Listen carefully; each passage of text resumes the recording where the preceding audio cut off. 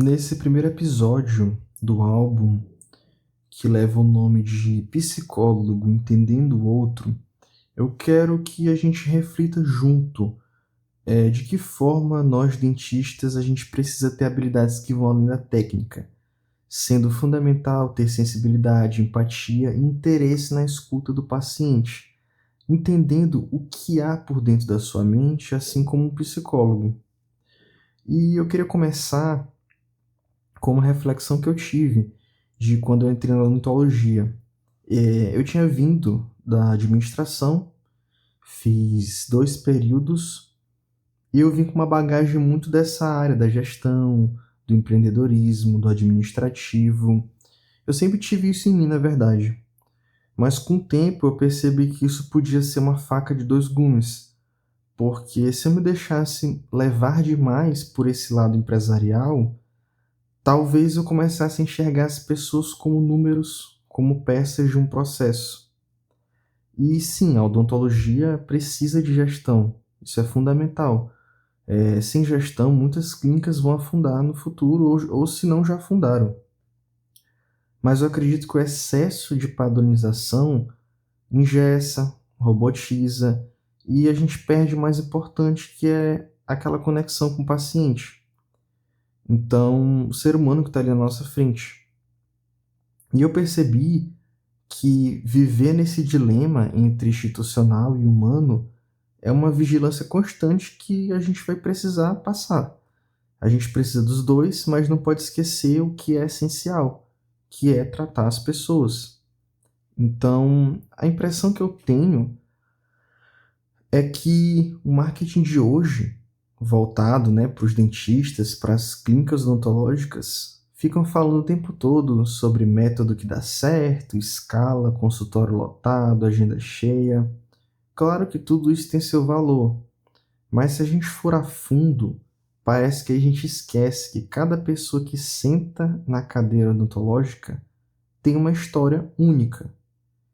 E a gente vê vários colegas de profissão aí caindo em modelos prontos, franquias, formatos engessados, coisas que ele nem para pensar se ele de fato acredita naquilo. E é engraçado porque as pessoas estão exaustas de atendimento mecânico. Elas anseiam por algo único. Então a gente entra em um paradoxo, porque enquanto muita gente tenta vender a saúde como um produto, as pessoas gritam, mesmo que em silêncio, por personalização, por escuta, por acolhimento, por individualização.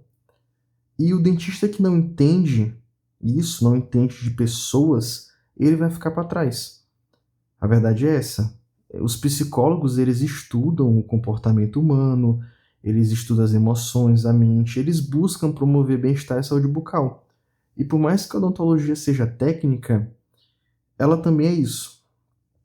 E tem uma frase que me marca muito, que ela é aquela que fala assim: domine todas as teorias, mas quando tocar uma alma humana, seja apenas outra alma humana.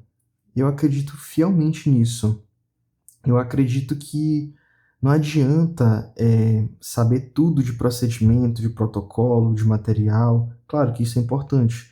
Mas se você não souber conversar com quem está ali na sua frente, com medo, inseguro, ansioso, perdido, de nada adianta, sabe? A mente, ela influencia o corpo. Tudo começa na nossa cabeça. E se a gente, como profissional de saúde, não olha para isso, a gente está deixando a desejar.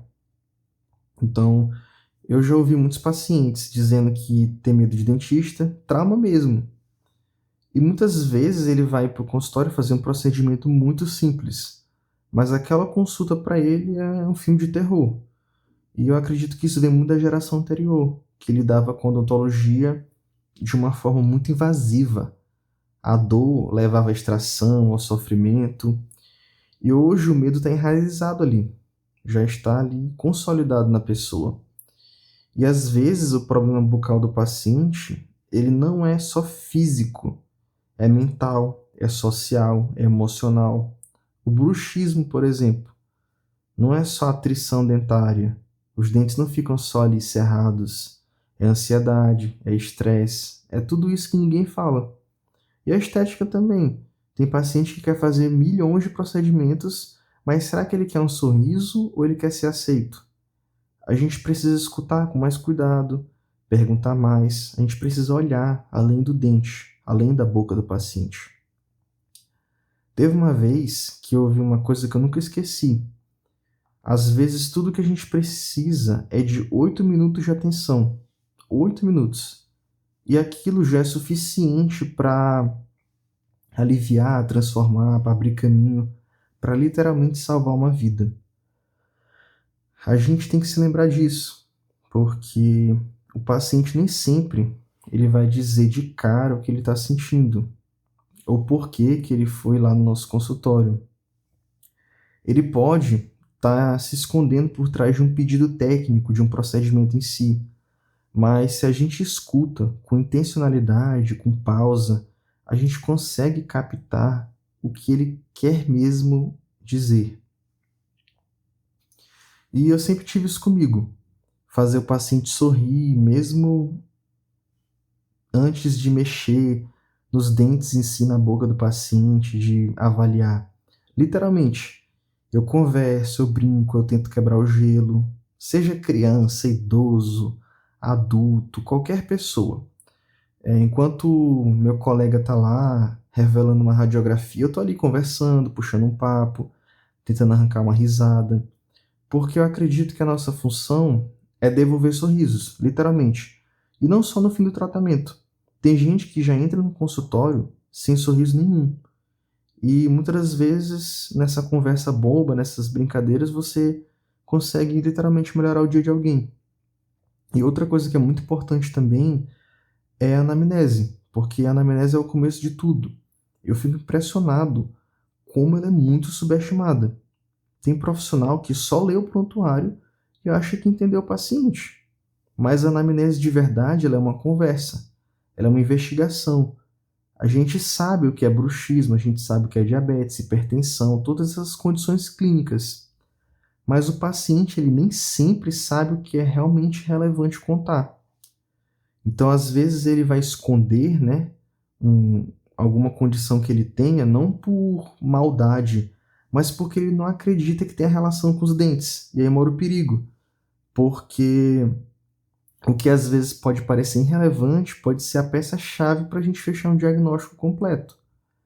Então, fazer uma boa anamnese é destrinchar o paciente com cuidado, é entender o que trouxe ele até ali, e aí que a gente consegue diferenciar um bom profissional de um profissional raso, um profissional que transforma, entre quem vê dente e quem vê gente por completo.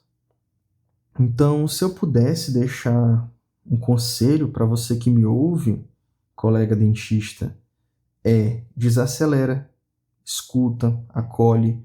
Você não está cuidando de um manequim. O laboratório ele ficou na faculdade. Aqui, fora a gente cuida de pessoas, a gente trata de pessoas. Cada dente tem uma boca, cada boca tem uma pessoa, cada pessoa carrega uma bagagem. Nessa bagagem a gente tem medos, traumas, vontades, histórias, sonhos e inseguranças. E tudo isso senta junto com ele na cadeira odontológica. Então, se você consegue enxergar isso, você já está fazendo muito mais do que só devolver um sorriso bonito. Você está cuidando de alguém de verdade.